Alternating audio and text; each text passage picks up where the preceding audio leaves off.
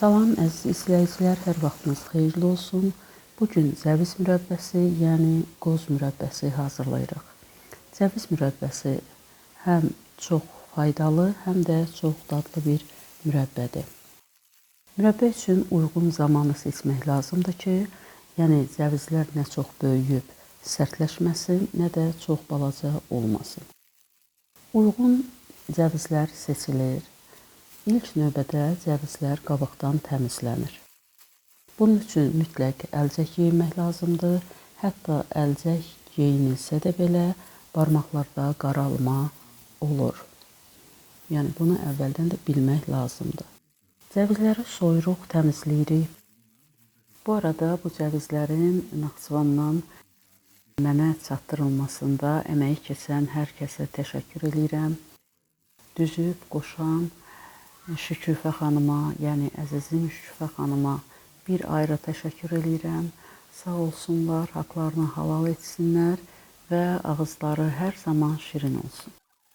Və cəvizləri indi biz soyuruq. Soyulmuş cəvizləri suya əlavə edirik.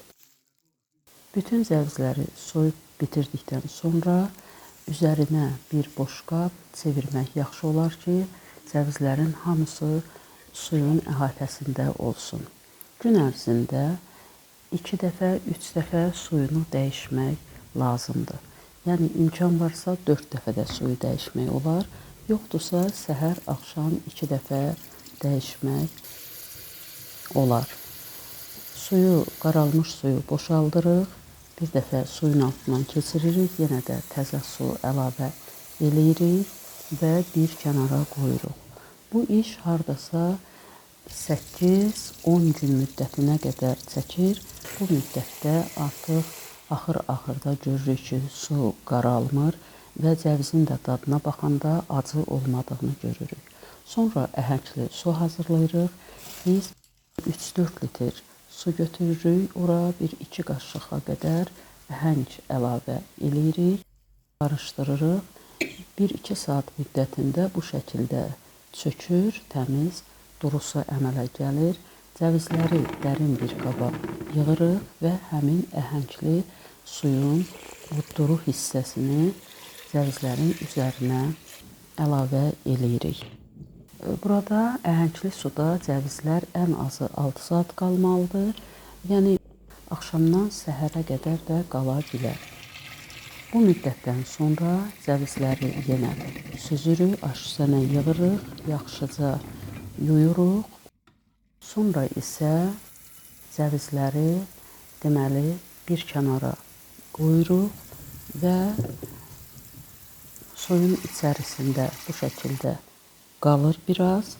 Sonra ləyənə su əlavə edirik, odun üzərinə yerləşdiririk. Sudan çıxardığımız cəvizləri isə çəngəllə bir neçə yerdən, yəni azı 3 yerdən deşmək lazımdır. Bütün cəvizləri belə çəngəllədikdən sonra qaynayan suya əlavə edirik. Cəvizləri 3 dəfə qaynadırıq. Birinci adi su ilə, ikinci zəyli su ilə, üçüncü şirin su ilə o suları atırıq.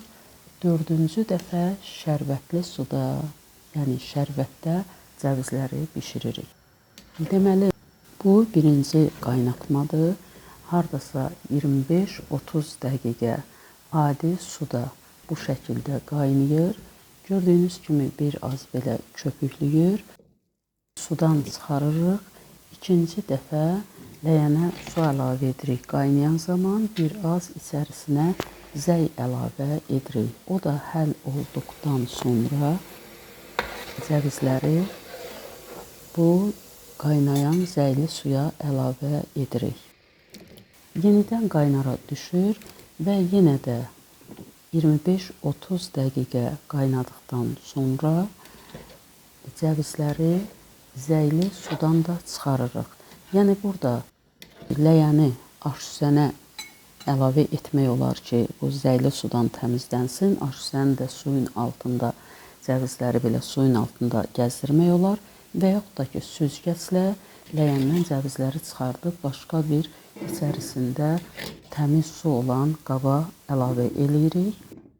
Üçüncü dəfə ləyənə su əlavə eləyirik. Su qaynayan zaman ora bir qədər şəkər tozu əlavə eləyirik və cəvizləri bura əlavə eləyirik. Burada da yenidən qaynara düşür və qaynara düşəndən sonra hardasa yenə 25-30 dəqiqə qaynayır. Demək olar ki, bütün acılıqdan, zəydən, əhəngdən, hər bir şeydən təmizlənir. Buna şirin su ilə qaynatma deyilir. Buradan da cəvizləri çıxarırıq. Sonra şərbət hazırlayırıq ki, bu 4-cü mərhələdir və şərbətdə də bişəcək, qaynayacaq və mürəbbə hazır olacaq. Yəni biz 2 kiloqram yarım cəviz üçün 4 kiloqram şəkər tozu, 2 litr isə su götürdük. Şərbət hazır olan zaman cəvizləri bura əlavə eləyirik, ara-ara qarışdırırıq. Cəviz mürəbbəsi adətən bir dəfəyə bişirilən mürəbbədir. Ancaq müəyyən səbəblərdən 2 dəfəyə də bişirmək olar. Tutaq ki, vaxt yoxdur və yaxud başqa bir iş var, o zaman bir qədər qaynatdıqdan sonra söndürmək olar və 3 saatdan, 5 saatdan sonra yenidən qaynadıb hazır eləmək olar. Yəni elə mürəbbələr var ki, 2 dəfəyə, 3 dəfəyə bişirilməlidir. Yəni bunun qaydası belədir, bu cür gözəl alınır. Ancaq cəviz mürəbbəsi 1 dəfəyə bişirilir. Eyni zamanda 2 dəfəyə də bişirəndə heç bir fərq olmur. Ara-ara əmələ gələn köpükləri yığırıq. Cəviz mürəbbəsində istifadə edilən əsas ədviyyə mixəkdir. Ancaq zövqə görə hil və darçın da əlavə etmək olar. Yəni darçının tozunu yox, çubuğunu əlavə etmək olar. Mürəbbənin hazır olmasına 8-10 dəqiqə qalmış. Bura çubuq darçın, hil və mixək əlavə eləyirik. Sonra isə bir neçə dilim doğranmış limon əlavə eləyirik ki, həm ətri gözəl olsun, həm də limonun turşuluğu da mürəbbiyə faydalıdır. Arada kəsib içərisinə baxıb hazır olub olmamağını da yoxlamaq olar. Cəviz mürəbbəsi qəndləşməyə meyilli mürəbbədir. Yəni bura limon duzunun vurulması çox vacibdir. Mürəbbənin hazır olmasına 2-3 dəqiqə qalmış, artıq baxırıq ki, hazırdır. Bu zaman limon duzunu əlavə eləyirik və doğradığımız limon dilimlərini də içərisindən çıxarırıq. Və elə ki, bu şəkildə şəffaf köpüklər əmələ gəldi, mürəbbənin şirəsindən cəvizi kəsib içərisinin rəngindən mürəbbənin hazır olmasını görürük. Ləyənin altını söndürürük, köpükləri mərkəzə toplayıb təmizləyirik. Artıq bizim mürəbbəmiz hazırdır. Bu arada cəviz mürəbbəsinin bu üsulla, yəni hardasa Ordubad üsulu deyək buna. Mənim anam da bu üsulla bişirirdi, ancaq mənim çox da yadımda qalmamışdı. Bu üsulla bişirilməsində mənə məsləhətləri olan Aygün xanıma, Ordubadlı Aygün xanıma və Nəzakət xanıma da təşəkkürümü bildirirəm. Mürəbbəni soyumağa qoyuruq.